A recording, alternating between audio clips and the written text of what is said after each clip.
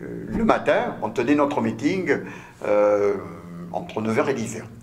Naturellement, le personnel, une partie restait en permanence, même la nuit, pour assurer l'occupation de l'usine.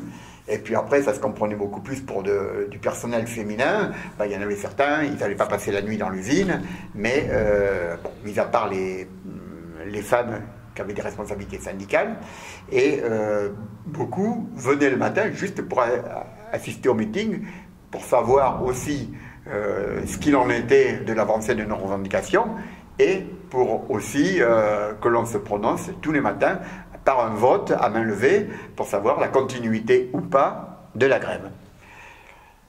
Et puis naturellement, pour tout ça, ben, la direction, ben, elle était attentive de savoir exactement combien de temps allait durer la grève. Nous, on leur dit, ben, ça dépendra de vous, et ça dépendra de vous, ça dépendra des négociations. Alors il y avait à l'époque le siège à Paris qui était donc à l'angle de l'avenue Montaigne et de la rue François 1er. Aujourd'hui, c'est le siège, je dirais, d'une grande parfumerie. Il y avait l'usine Kodak de Vincennes, qui était l'usine la plus importante, puisque l'usine de Vincennes a eu plus de 4000 personnes qui ont travaillé, et où là, il y avait plusieurs organisations syndicales. Et puis, il y avait l'usine Kodak de Sevran. Et puis, là-dessus, on décide de rencontrer régulièrement la direction à Paris, au siège social, qui voulait bien nous rencontrer, avec des représentants de chaque organisation syndicale, de Kodak Vincennes, de Kodak Sevran et du siège à Paris. Mais nous, pour se rendre à Paris, pas de transport en commun, tout était arrêté, et y aller en voiture, c'était pratiquement impossible pour circuler, mais mieux encore, c'est que quand on arrivait sur la Nationale 3, il y avait 300 voitures qui faisaient la queue pour une station d'essence. Et on ne trouvait plus de carburant, parce que pareil, donc tout l'approvisionnement des stations d'essence, ils étaient en grève, donc tout était occupé. Et nous, qu'est-ce qu'on avait? C'est qu'on avait quand même dans l'usine quelques réserves de carburant qui servaient pour les besoins des voitures de livraison de Kodak. Donc il n'y avait pas une véritable station d'essence à l'intérieur de l'usine, ça aurait pu se faire, mais il y avait quand même de quoi approvisionner. Mais cet approvisionnement, nous on avait dit, tout ce qui fait partie du patrimoine de Kodak, nous on ne veut pas y toucher. On veut que les machines soient entretenues pendant l'occupation, on veut que tout le matériel soit protégé. Notre souci, c'était de rendre à la fin du conflit l'usine dans le même état propre et sécurisé que lorsque le conflit a commencé. Et naturellement, si on se disait, si on utilise tout le carburant, ben, ils ne vont pas être contents. Et qu'est-ce que l'on fait?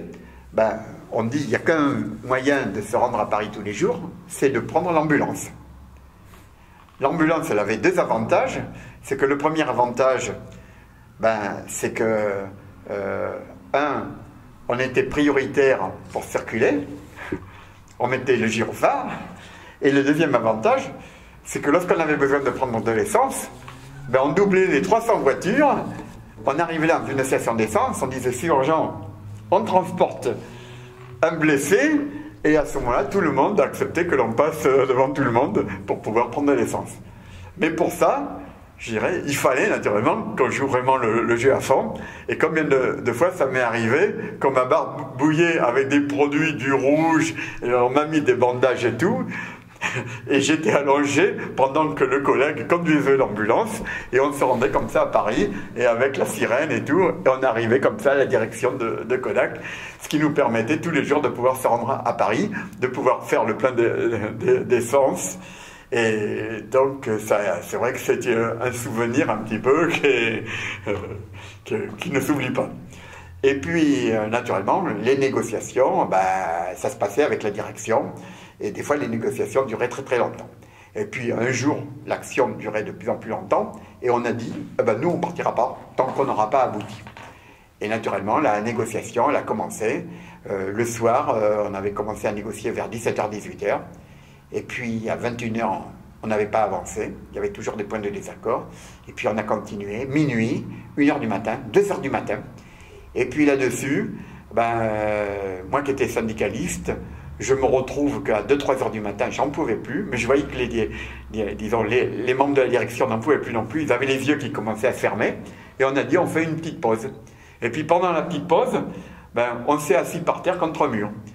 Et puis tout d'un coup, je me suis réveillé brusquement, et je me suis retrouvé qu'avec le directeur financier de tout Kodak France était allongé à côté de moi, sa tête qui était tombée sur mon épaule.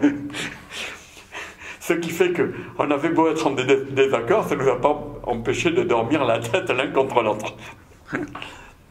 Et puis, naturellement, quand ça s'est terminé, ben, on prenait le véhicule, et des fois à 4-5 heures du matin, on rentrait, bon la nuit ça roulait bien, et on arrivait à Sevran, et il fallait se dire, on ne dort pas longtemps, parce qu'il fallait qu'à 9h, 9h30, on soit prêt pour pouvoir à nouveau tenir notre meeting, et puis pouvoir faire un compte rendu. Alors ça a duré comme ça pendant 3 semaines, l'occupation a duré pendant 3 semaines.